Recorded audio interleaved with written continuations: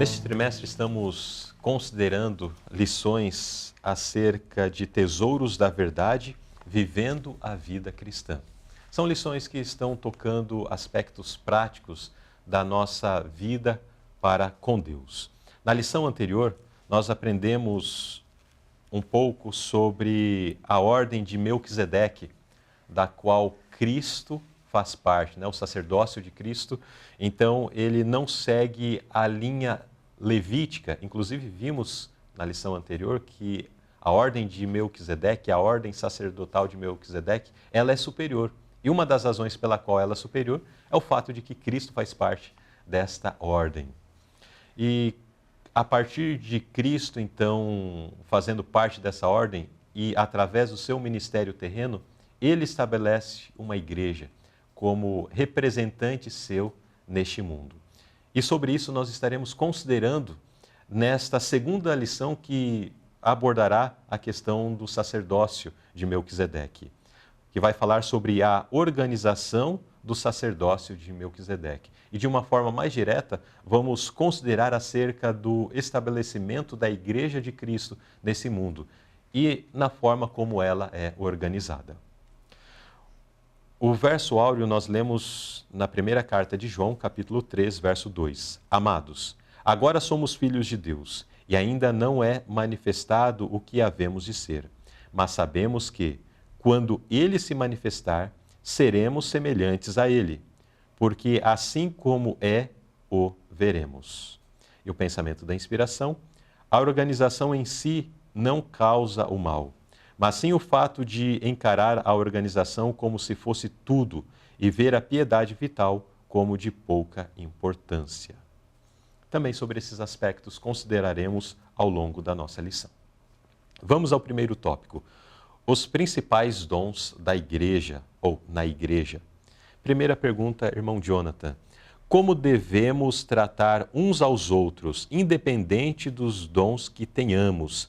E cite alguns dons que aparecem primeiro aí nas listas de dons que encontramos na Bíblia.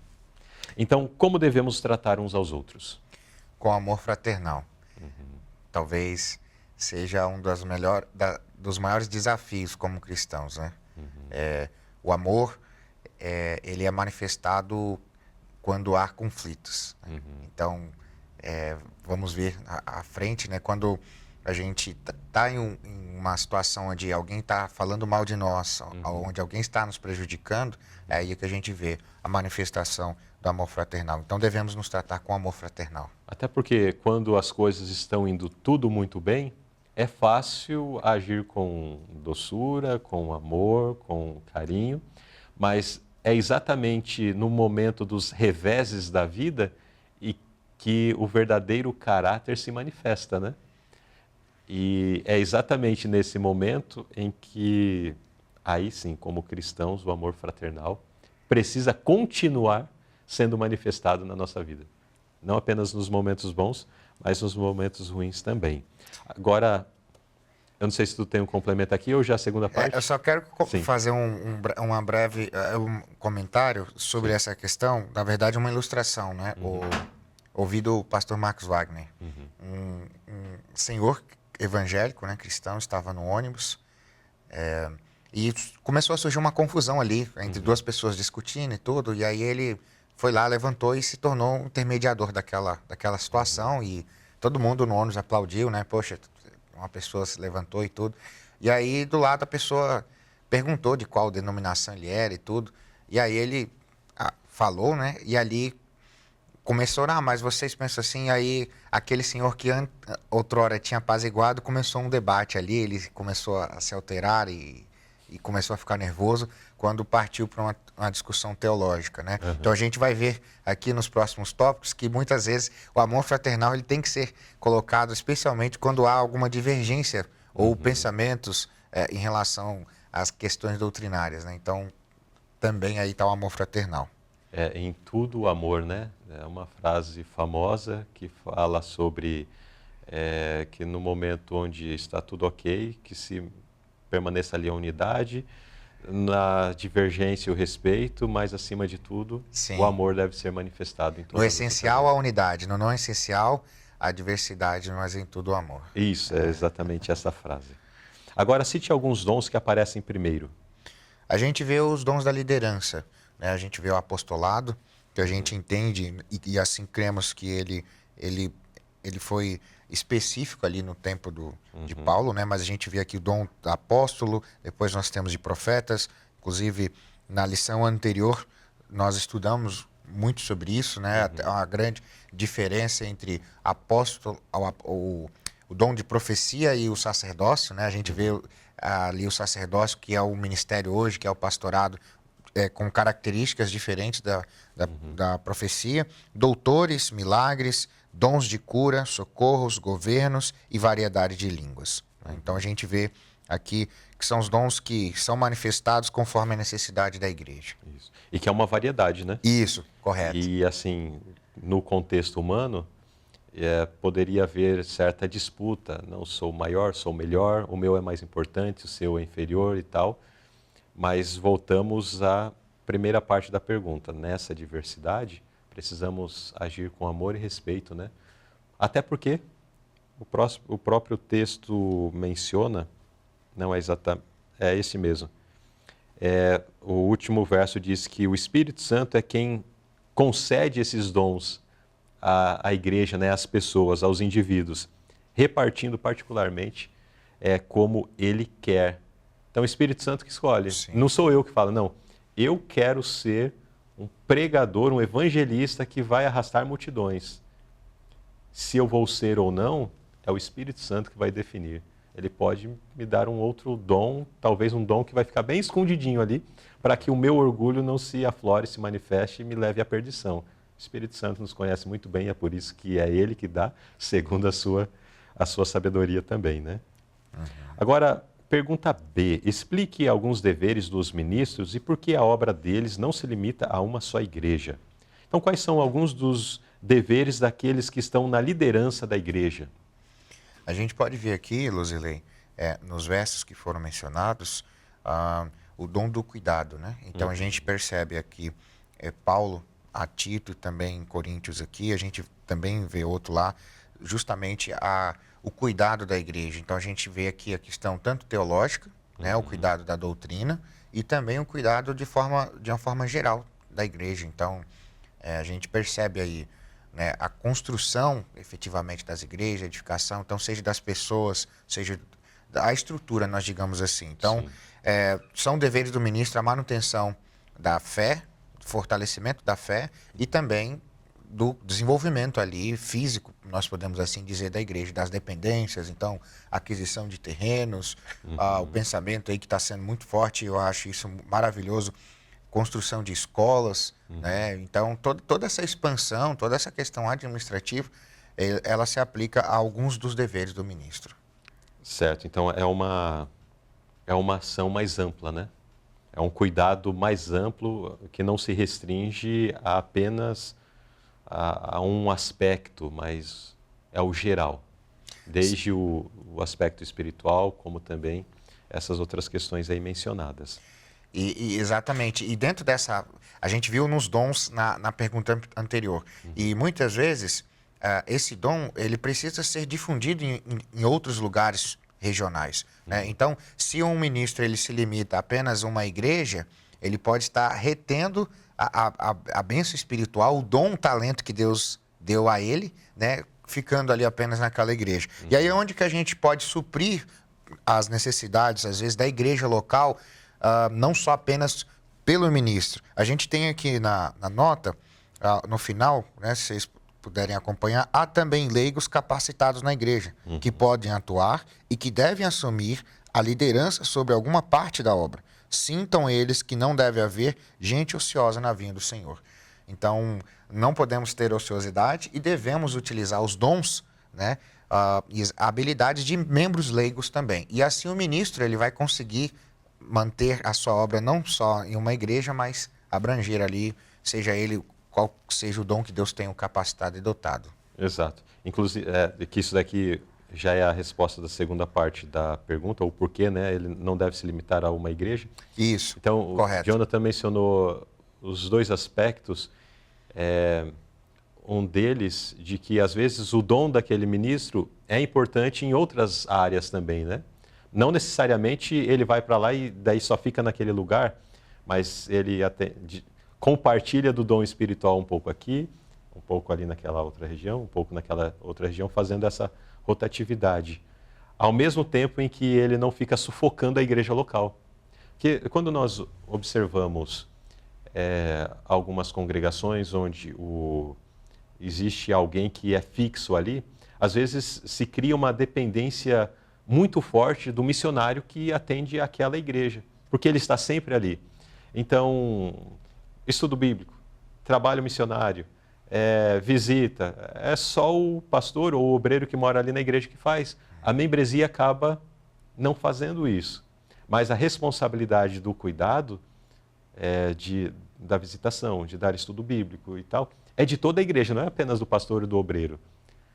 E de uma forma muito geral, nós temos percebido que esta característica de uma ação ampla da igreja, do envolvimento amplo com essas questões, tem sido perdida. Descobriu um interessado, chama o pastor, chama o obreiro. Isso. Alguém tal está com interesse, chama o pastor, chama o obreiro. Não nos envolvemos mais com isso. Nós estamos limitando também a graça de Deus de atuar através de nós para sermos esse conduto da verdade. Ou seja, nós estamos impondo uma condição que a palavra aqui nos adverte contra. Sim. Então, precisamos nos envolver, precisamos permitir também ao Espírito Santo nos usar para tocar essas vidas, né? E um ponto também aqui, Luzilei, até explicativo em relação à nossa forma administrativa, se explica também o porquê da rotatividade, né? Do quadriênio, a cada 4 anos, por que trocar pastores? Algumas pessoas podem questionar. Quando eu fui missionário em Uberlândia, eu visitei a igreja presbiteriana para fazer palestras de saúde, né? Na comportagem, e o pastor de lá, ele tinha 40 anos lá. Ele era um pastor fixo, né? Ali, e não mudava. Eu fiquei assim, fiquei impressionado. Falei, mas não tem rotatividade, né? Então, muitos que estão nos assistindo, muitos irmãos podem perguntar por que a gente se muda a cada 4 anos, ou tem, né, um costume a cada 3 anos, né, de se trocar. Então, essa mudança, isso é saudável para a igreja, né? A gente pode entender também dessa forma, né? Exato. Trazendo essa outra questão aí também. Deixa eu só ratificar, eu mencionei do 3, mas o 3 era como era antes, né? De fato, foi adotado o quadriênio, né? Sim, aqui no Brasil, mas em diferentes lugares, né? Tem alguns lugares da América do Sul que são a cada 2 anos, a cada 3. Então, o ponto importante é porque não se limitar a uma só igreja. Então, usando o exemplo anterior de um pastor que, por exemplo, fica 30 anos numa igreja, então isso não é o ideal, justamente por conta dessa limitação dos dons, conforme a gente vê tanto na inspiração quanto também nos versos bíblicos, né? Exato. Agora, na pergunta C. Quem escolhe os obreiros e no que eles se tornam após serem escolhidos? É uma pergunta até difícil, viu, Luzilei? Uma das perguntas mais difíceis que eu encontrei aqui, porque, em primeiro lugar, a gente poderia colocar aqui que quem escolhe são os homens capacitados e escolhidos por Deus, né? Assim como Samuel escolheu, ungiu Saul, depois Davi.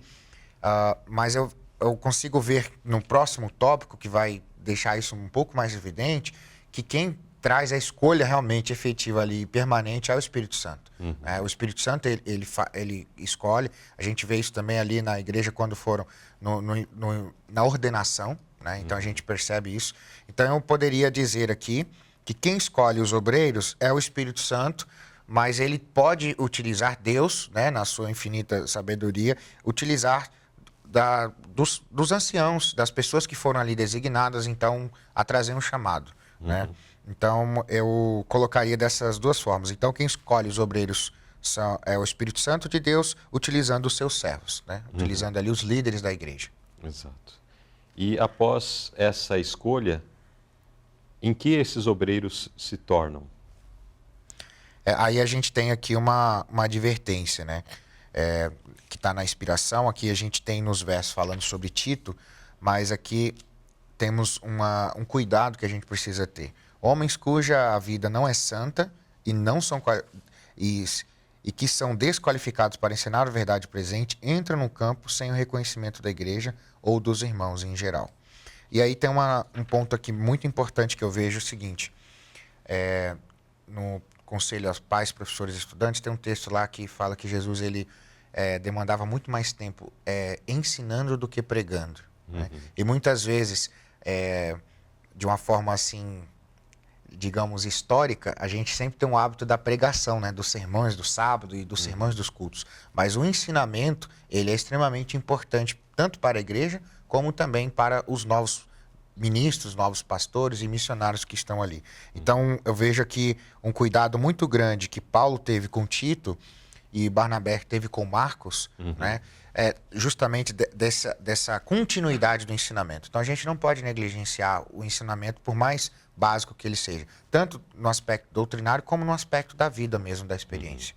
Então, quando o obreiro ele é separado, aqui a frase que tu leu fez menção de que fez menção de uma desqualificação, né?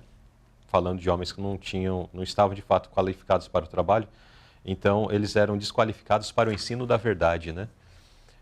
Então, pegando o oposto, esses obreiros, eles devem estar aptos para ensinar, né? O texto fez menção aqui também de cooperar, de ser embaixadores de Cristo, ou da igreja e de Cristo e assim por diante. Então, mas tu fez uma menção de algo que diferencia ensino de pregação. É uma pergunta que não está aqui na lição, mas como que tu diferenciaria o ensino de uma pregação? Eu entendo da seguinte forma, que o ensino, ele vem, como Jesus fez ali no Sermão da Montanha, por exemplo. Né? A gente pode utilizar sermão, mas, na verdade, a própria inspiração aqui de Ellen White diz que foi um ensinamento. Então, de uma forma objetiva, o ensinamento, ele vem a partir de uma constância, né? Então, eu trago ali uma doutrina, uma ideia, e agora a gente tem um desdobramento dali. O sermão, ele já tem mais uma questão espiritual, de inspiração, às vezes, a pessoa que está fragilizada, e aí a gente traz um conforto, traz um consolo para o coração. Então, a mensagem do sermão, ele tem uma mensagem, às vezes, mais do sentido espiritual, de refrigério da alma, e o ensinamento, ele traz mesmo a conduta. Né? Então, o que precisa ser feito? Como Jesus trouxe em vários momentos ali com seus discípulos. Né? Então, quando a gente tem diversas parábolas, olha, a parábola do semeador, por exemplo, é um ensinamento. Né? Então, ali, olha, tem pessoas que vão rejeitar. Que tipo de solo você é do seu coração? Então, isso é um exemplo, eu diria, de ensinamento. Exato, muito bem.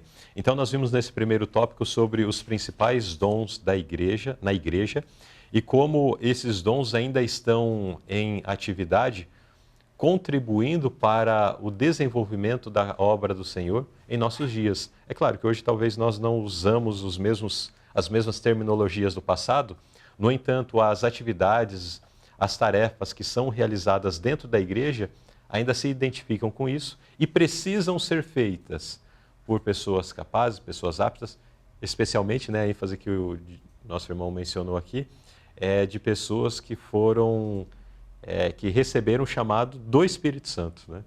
Foram assinaladas pelo Espírito Santo, que aí sim vão fazer a obra de acordo com o que precisa. E que nós estejamos entre esses que estão dispostos a realizar essa obra, né? Se envolver nessa obra também com a igreja. E aí, Luzilei, quero trazer um estímulo aqui aos nossos ouvintes, aos que estão participando. No canal do Conectados, nós temos um curso muito bom gravado pelo Alexandre Araújo, que é os dons espirituais. E ali tem até um testezinho, tem todo o ensinamento, né? Aqui a gente teve um suprassumo dos dons, né? A gente tem em outras cartas e também na carta de Pedro, falando sobre os dons espirituais. Então, eu incentivaria você que gostaria de descobrir qual é o seu dom para contribuir melhor na causa de Deus. Primeiro, você pedir ao batismo do Espírito Santo, que é a partir dele que a gente recebe, então, a unção e dos dons, e entender também qual é o seu dom. Né? Então, ali tem um desdobramento bem interessante, são aulas ali gravadas, mostrando, e tem um teste também que você pode fazer para ver a sua afinidade, né? Aquilo que o Senhor te qualificou. Acessando per... Ah, ok. É o conectadoscomdeus.net. Isso, conectadoscomdeus.net, que lhe dá acesso a esse curso e você poderá se aprofundar mais nesse tema de dons espirituais, né? Isso.